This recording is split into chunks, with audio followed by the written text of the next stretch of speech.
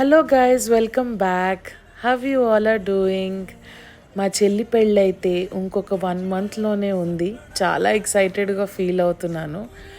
So firstly పెళ్లి పనులు start చేయాలి అంటే పసుపు దంచేయాలి. ఆల్రెడీ ఆ వీడియో నేను పెట్టాను, చూడకపోతే చూసేసేయండి.